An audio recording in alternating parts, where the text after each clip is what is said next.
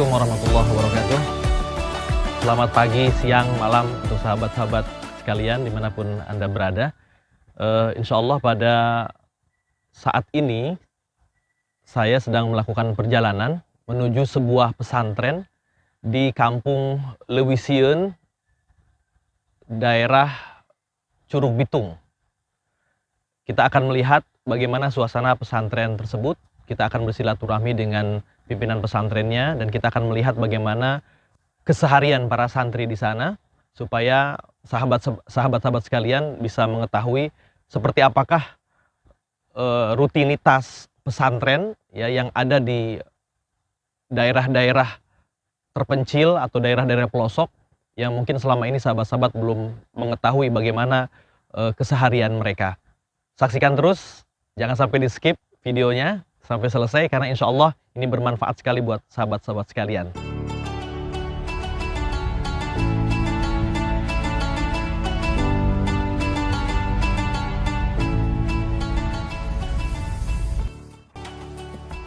Sahabat-sahabat sekalian, perjalanan menuju kampung Lewisieun ini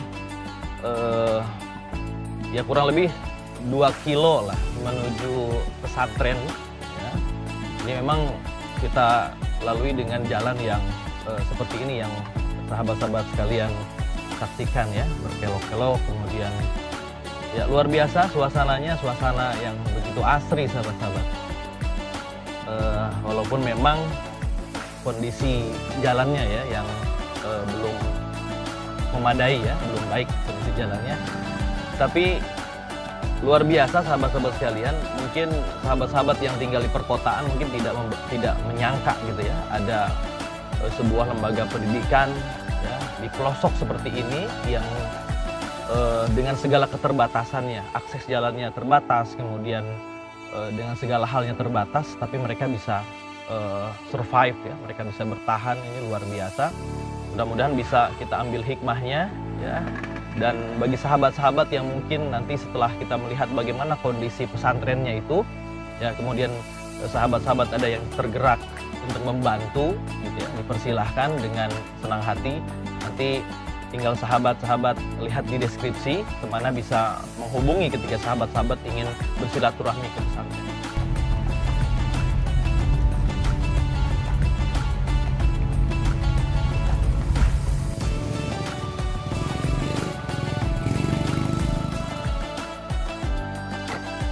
Giring ya teh.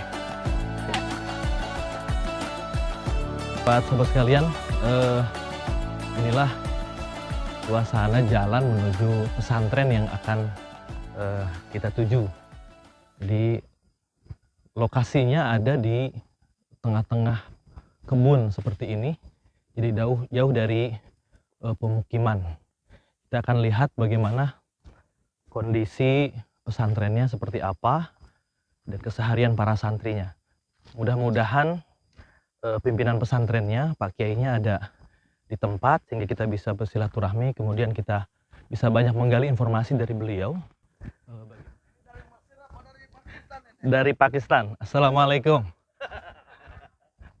Nah, hampura ya, hampura telat ya. Bisa Sunda. Kan makanya ditanyai lah bisa Sunda tuh. Kalau kamu kampung sekali.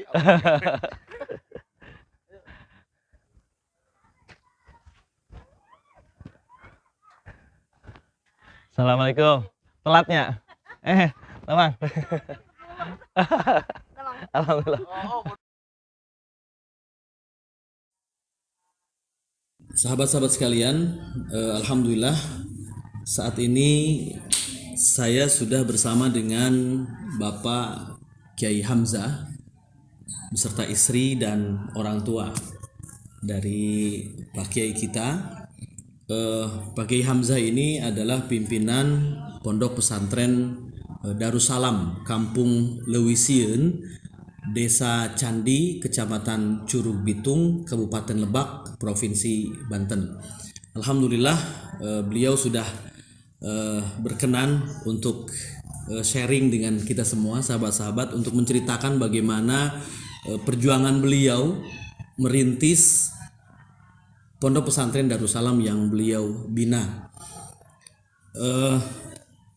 Pak Kiai, yang ingin saya tanyakan yang pertama, dari tahun berapa pesantren ini berdiri? Tahun berdiri pesantren 2001 itu tahun berdirinya pesantren. Baik.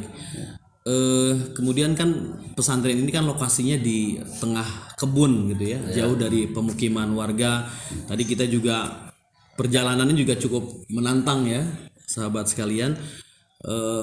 Adanya di pelosok, bahkan lebih pelosok lagi ya, dan adanya di tengah-tengah kebun gitu ya, jauh dari mana-mana gitu. Ini sudah barang tentu membutuhkan perjuangan yang luar biasa. Nah, kami semua ingin tahu bagaimana perjuangan Pak Kiai dalam memperjuangkan pesantren yang berdiri sampai dengan saat ini. Berdirinya pesantren tahun 2001 ya. Kemudian bercerita dulu waktu pertama pesantren dulu ya. Tahun 83 saya lulus SD. Kemudian dipesantrenkan oleh orang tua saya ke pesantren Jasinga Darussalam juga namanya. Maka nama pesantren saya juga Darussalam. Ingin mendapat barokah, disamakan dengan nama pesantren guru saya. Tahun 83 lulus SD, langsung berangkat ke pesantren Darussalam Abuya Kyai Haji Soleh Hasan. Alhamdulillah di situ kalau nggak salah 7 tahun. Pengalaman yang begitu pahit karena kurang biaya, apalagi zaman dulu banyak sekali orang nggak mampu, termasuk saya. Orang tua saya jualan roti, mendapat pesantren 3 tahun. Orang tua jatuh sakit ginjal, kata dokter nggak usah usaha lagi, katanya nggak usah bekerja lagi itu karena bisa kambuh lagi penyakitnya.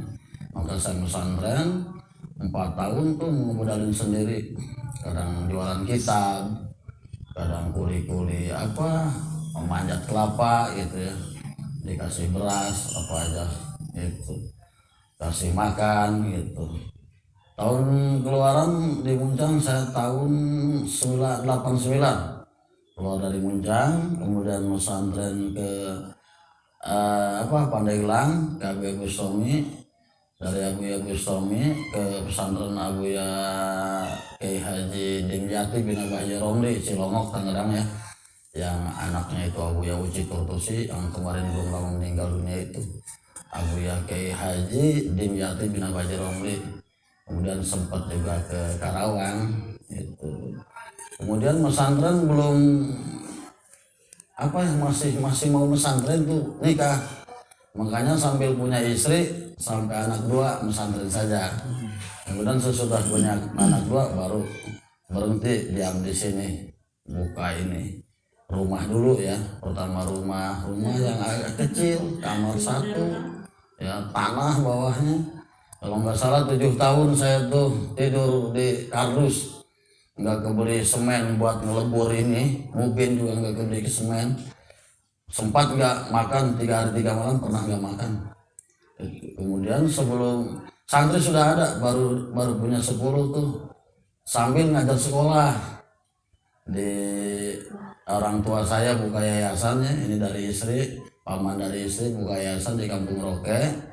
Miftahul Huda tuh pertama buka, saya ngajar di situ, dijadikan sebagai kepala sekolah. Ya sempat debat juga tuh kepala Depag dengan dengan Abah Jedrus ya, minta permohonan. Kata ketua Depag, kenapa lulus SD jadi kepala sekolah? Nggak boleh sebetulnya. Wah, Jedrus minta permohonan, ini kan masa penjaringan, minta permohonan biar dipersilahkan jadi kepala sekolah, langsung dipersilahkan jadi kepala sekolah di Roke 7 tahun lamanya. Waktu itu gaji 1 bulan 37.000. Tahun 2002 37.000, berhenti di Roke 2006 itu gaji 40.000. Itu gaji 40.000 itu nggak nyampe 1 minggu, paling 4 hari 5 hari habis. Itu anak berapa? Tiga. Itu susah lah, perjalanan saya cukup susah sekali. Kemudian rasa capek, jaraknya jauh kurang lebih 2 kilo, jalan kaki itu ngajar ya. Ngajar MTS di Yayasan Mitol Huda. 7 tahun lamanya kurang lebih itu. Jalan kaki 1 minggu 3 kali ngajar. Apa aja saya 1 minggu 3 kali ngajar, gaji 40.000. 1 bulan itu terakhir ngajar di situ. Kemudian saking capek ngajar anak-anak di sini, ngajar sekolah, saya berhenti di situ. Ngajar sekolah, kemudian ngurusin santri salafi aja, itu aja.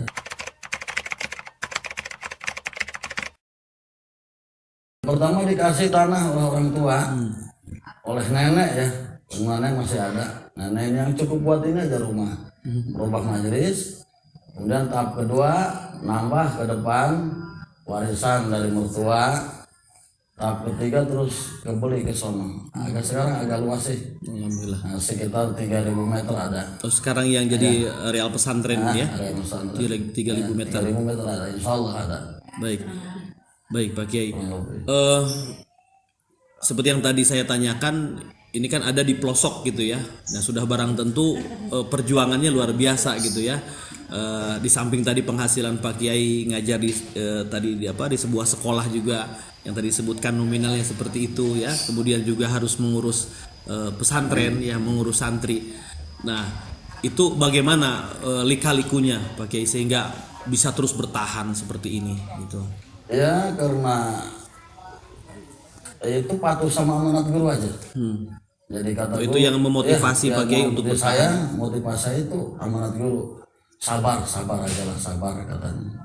Walaupun susah sekalipun, jangan sampai terjun ke usaha itu. Itu aja yang motivasi saya itu watah guru, amanat guru ya. Seluruhnya kalau kumpul semua sekitar 37. Cuman sekarang banyak yang pulang karena kemarin habis lomba ya, lomba dakwah, lomba ceramah. Mungkin ada yang kehabisan bekal, ada juga mungkin kurang enak badan gitu. Capek mungkin bisa pulang banyak yang pulang sekarang. Ada dari Tangerang, ada dari Bogor, dari Pandeglang juga ada. Dari berbagai daerah ya di wilayah Banten dan Bogor ya.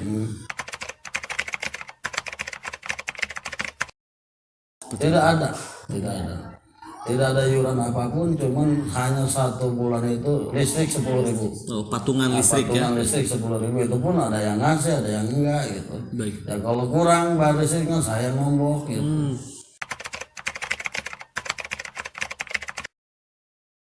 Ya bawa masing-masing dari rumah aja, bawa bekal sendiri ya, makan sendiri masing-masing, ya. Enggak catering kan.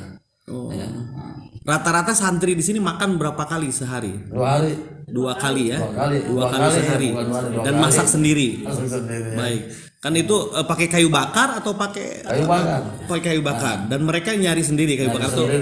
Banyak di sini kok kayu bakar.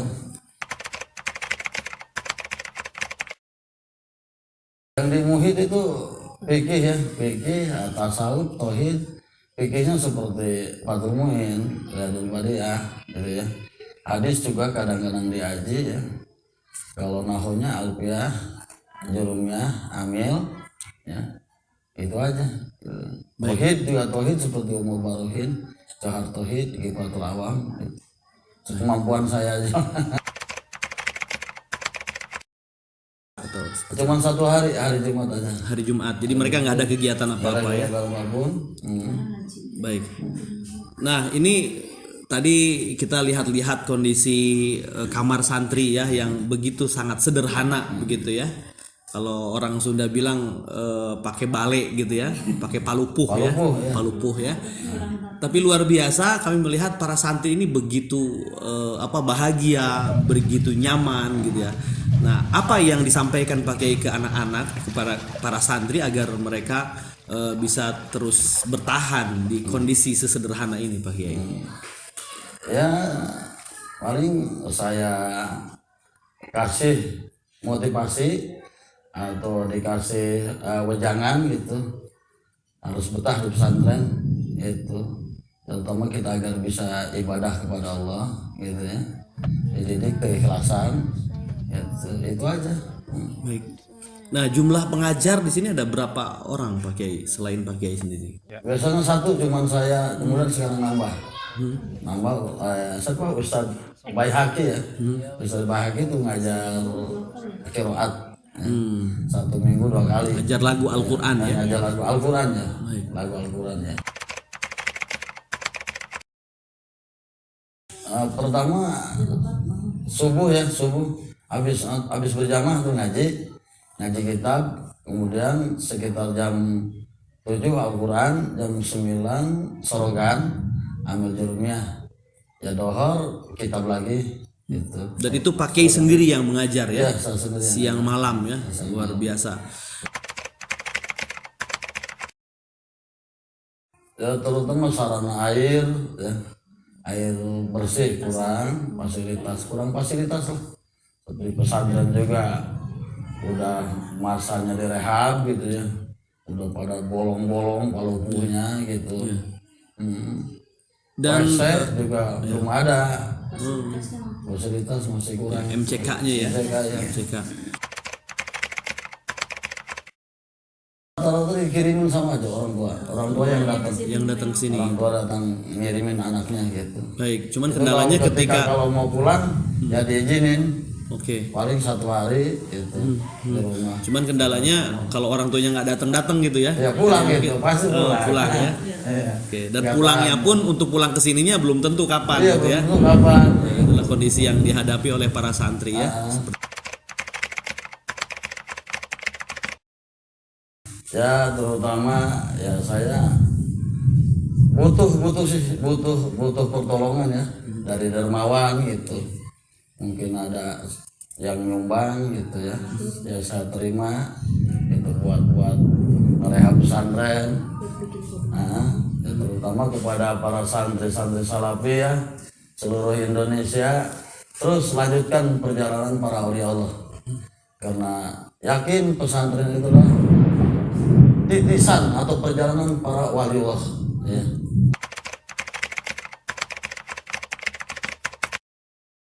Alumni kalau nggak salah dari tahun 2001 sampai sekarang itu baru 41 alumni ya, yang kalau yang baru-baru masih pesantren lagi kan, Melanjutkan pesantren lain. kan ya, dia mau kemana gitu, dibebaskan sama saya, nggak ditunjuk harus ke pesantren enggak, silahkan cari lagi pesantren bebas gitu. Ya terkecuali yang alumni pertama ya sekitar 7 kali wisuda itu ya udah pada istiqomah punya santri ya. Oh, alhamdulillah. Di antaranya pakai di mana saja tuh santri yang saat ini sudah punya lembaga pesantren sendiri? Di Parung Panjang ada, Panjang. di Tangerang ada, di Pandeglang ada, nah, di Bogor juga ada, di Rumpin ada ya. Baik, alhamdulillah ya sudah tersebar ya ilmu yang diajarkan oleh Pak Kiai kepada para santri, kemudian santri itu sudah mengajarkan lagi ya lebih luas. Alhamdulillah. Baik Pak Kiai, terima kasih banyak atas waktunya dan berkenan mengizinkan kami untuk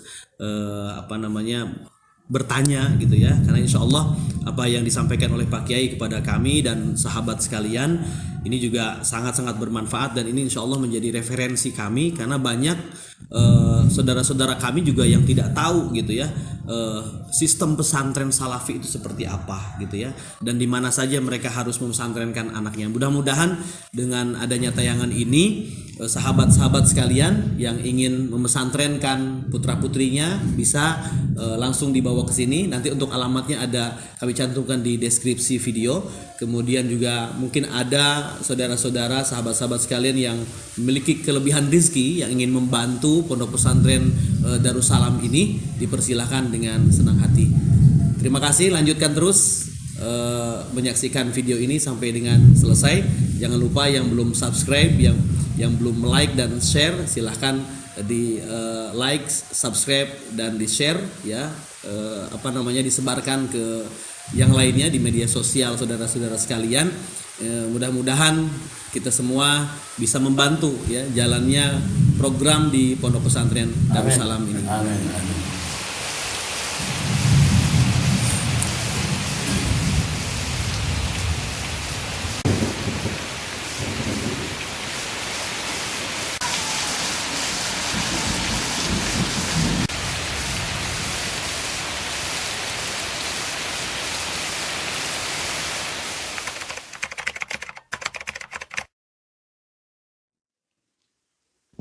Sahabat sekalian, kita akan berbincang dengan salah seorang santri dari pesantren Darussalam. Saat ini sudah bersama saya Kang Abdurrahman, tapi panggilan gaulnya Kang Kopral ya. Beliau dari Pasar Kemis Tangerang ya. Kang Kopral sudah berapa lama di sini? Ya, alhamdulillah di sini sudah menginjak hampir 6 tahun jalan. 6 tahun jalan. Awalnya bisa tahu kan dari Pasar Kemis ke sini kan lumayan jauh ya, bisa tahu ada informasi dari mana gitu ya, ada pesantren di sini. Ya, awalnya dari ada orang sono, orang Pasar Kemis yang pernah di sini, terus saya mengikuti ke sini gitu. Jadi sudah ada yang ya sudah dalam duluan sini. Baik, yang kita lihat kan pesantrennya seperti ini ya, sederhana, luar biasa di kampung kan, di pelosok seperti ini. Tapi si Kang Kopral ini bisa bertahan sampai 6 tahun gitu ya. Apa yang jadi motivasi, penyemangat si Kang Kopral ini sampai bertahan sejauh ini? Ya, mungkin dari pokok yang pertama ya, mungkin dalam segi belajar.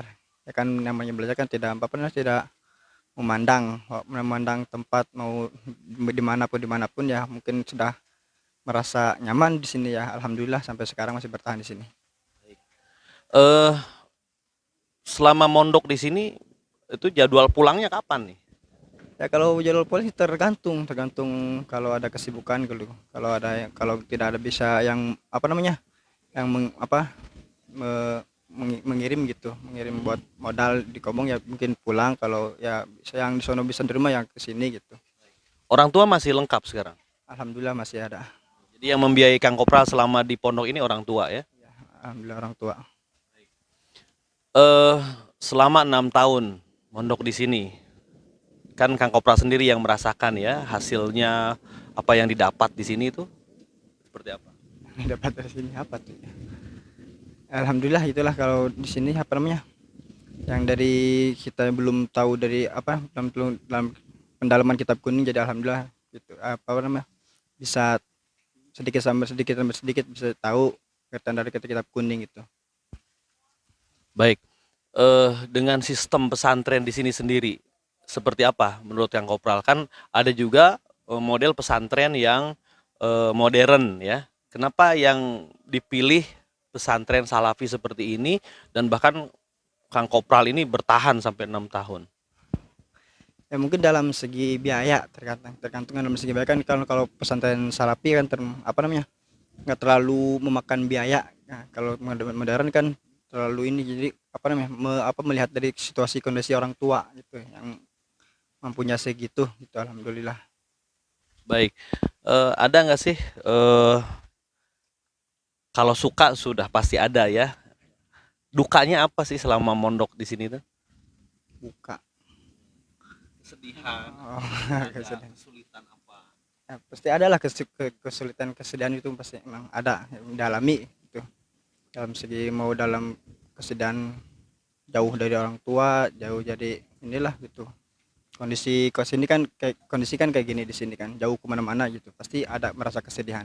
Tapi kan kalau kita niatnya tulus ingin mencari ilmu, tapi insya Allah bisa. Luar biasa. Apa yang mau disampaikan Kang Kopral nih ke teman-teman di luar sana yang mungkin saat ini belum tahu bagaimana lingkungan pesantren Salafi? Ya, pasti banyak teman-teman di luar sana yang menyaksikan video ini ingin tahu seperti apa gitu ya.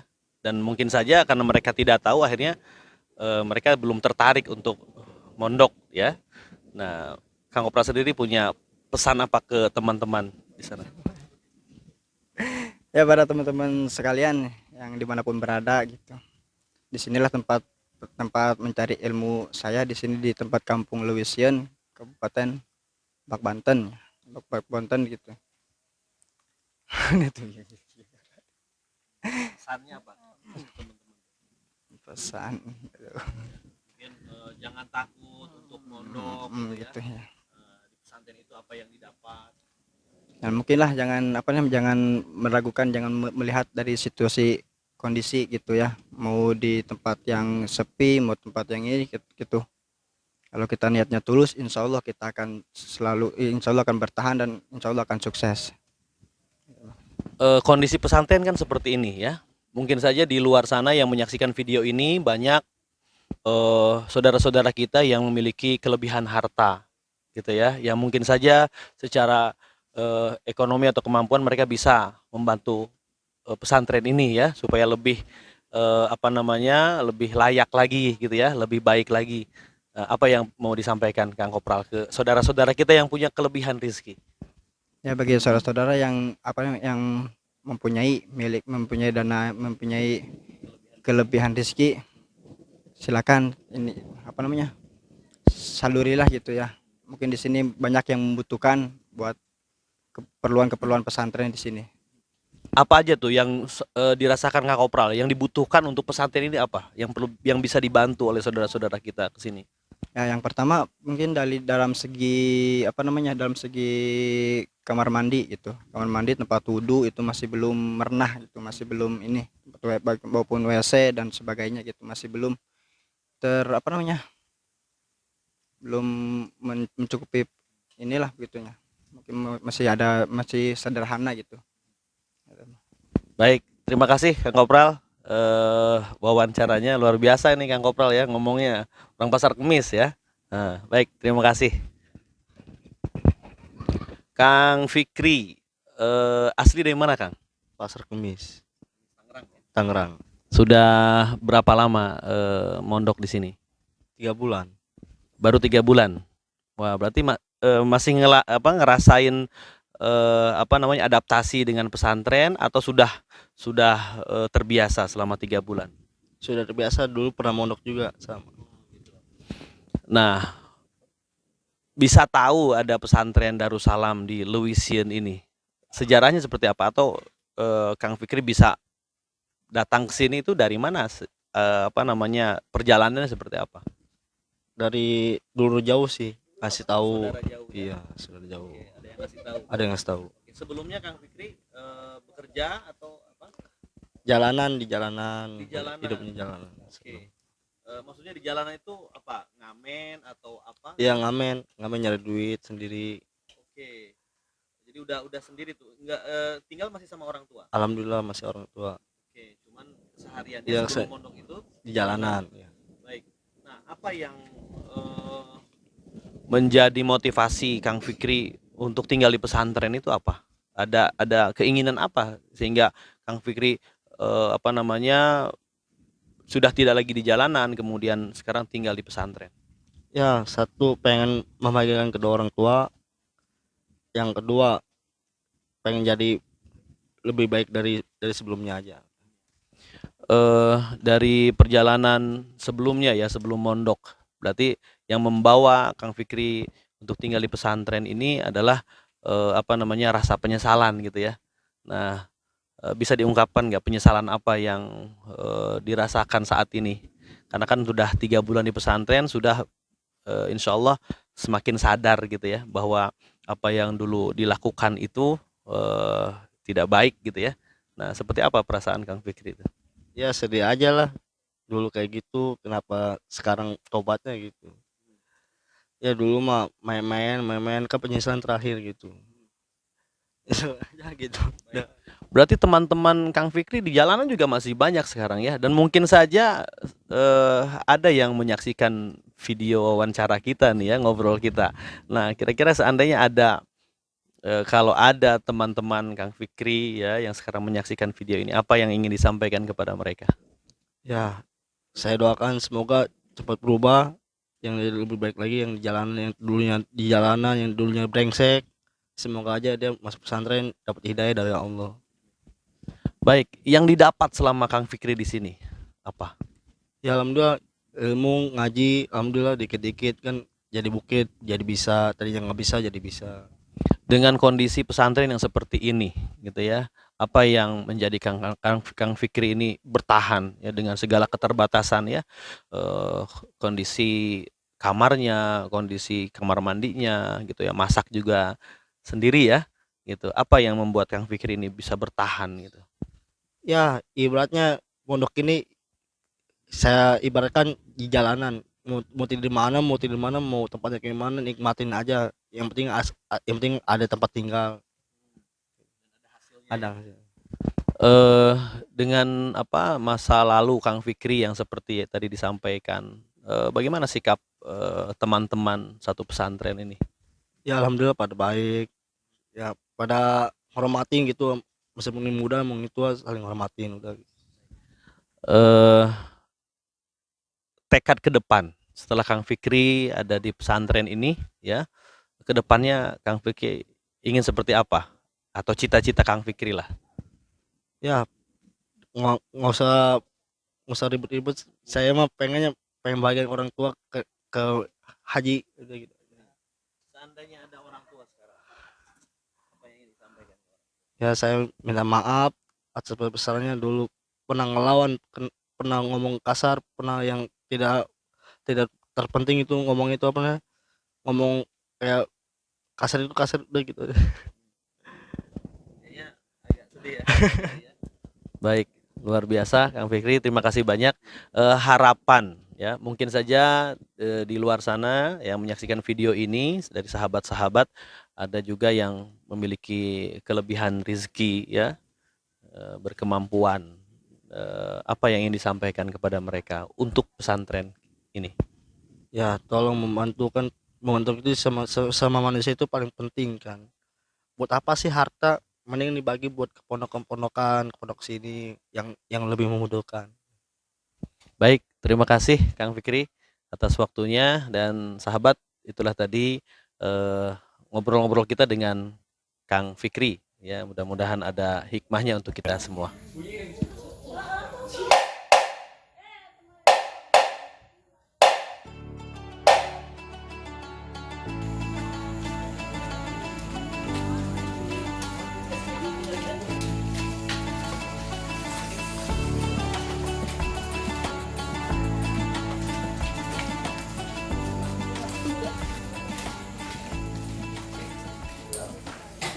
A'udzu billahi minasyaitonir rajim. Bismillahirrahmanirrahim. Qala al-mu'allif rahimahullah wa nafa'ana bi 'ulumihi wa bi 'ulumi masyayikhina wa maddana bi asrarihi fid darini amin ya Allah ya rabbal alamin. Bismillahirrahmanirrahim. Wa yasihu lansa iqraruhu apa iqrare wong biainin kalawan ain audainin atawa utang usnida kang den sendehaken wujubuhu apa wajibedaen ing dalam sadurunge den sangkal wayubadiru lan kekebatan qadin sapa qadi bibai malihi kalawan ngadol hartane wong maihi ing dalam antarne pirang-pirang wong kang utangan dening wong kabai malin kaya ngadol harta ada opo nekanine hak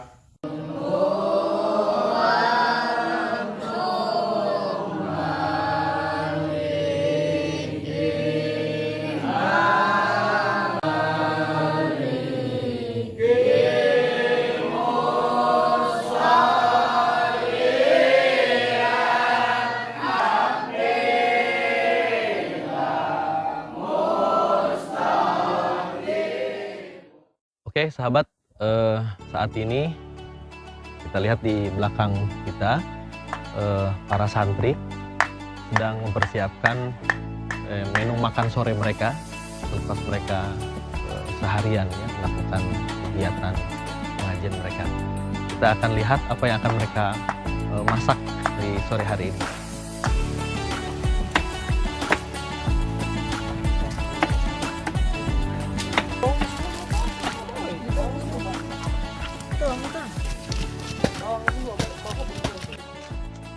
Nah, sahabat, ini sedang ngulek sambel ya. Jadi jangan khawatir kalau punya suami dari santri ya. karena mereka sudah terbiasa masak sendiri. Nah, ini kayaknya kelihatannya masakannya enak nih, sambalnya enak nih sahabat.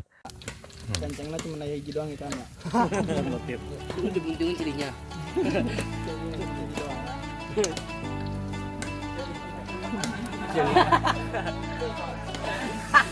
Makan Jerman nih.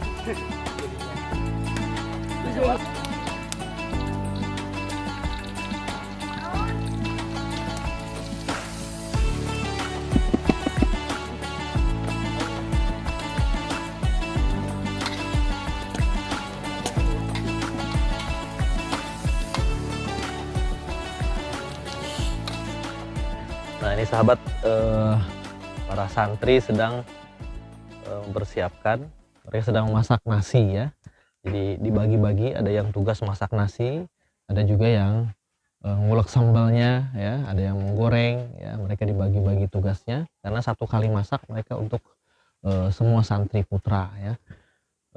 Ini ada ciri khas masak di pesantren ini pakai kastrol ya, pakai kastrol. Ini memang butuh ketelitian kalau pakai kastrol ini ya.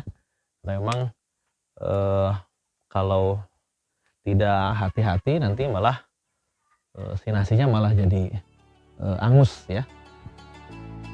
Terus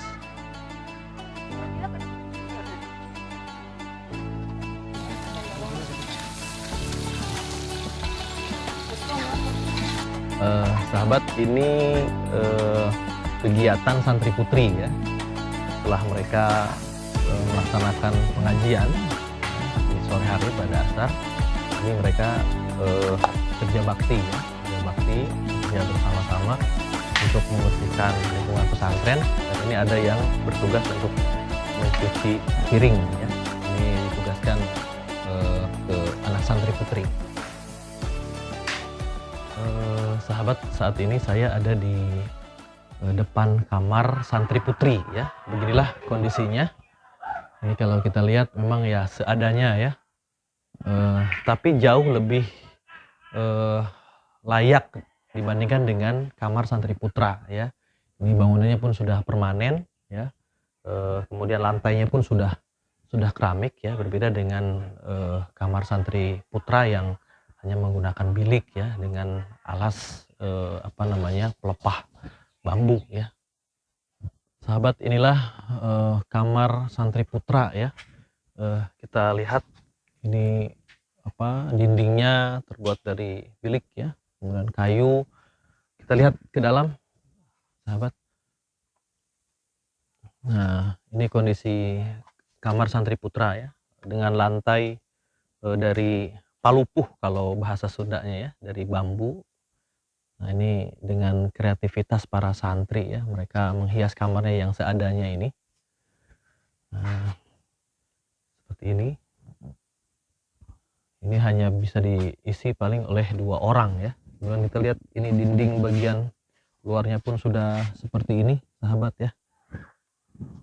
Oleh karenanya sahabat yang memiliki kelebihan harta, kelebihan rezeki, yang ingin membantu pesantren ini, mari kita sama-sama ya wujudkan pesantren ini menjadi pesantren yang lebih layak ya untuk para santri. Kita lihat ini juga dindingnya sudah seperti ini ya.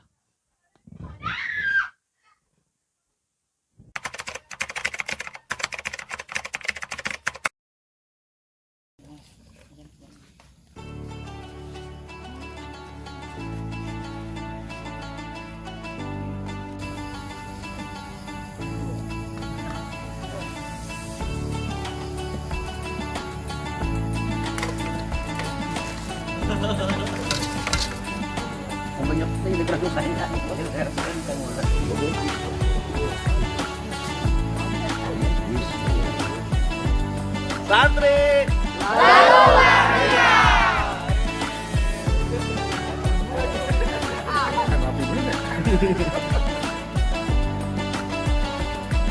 Oke, supaya channel YouTube kita ini lebih maju, bisa lebih banyak membantu saudara-saudara kita yang lain, kita butuh dukungan dari Pak Kiai ini.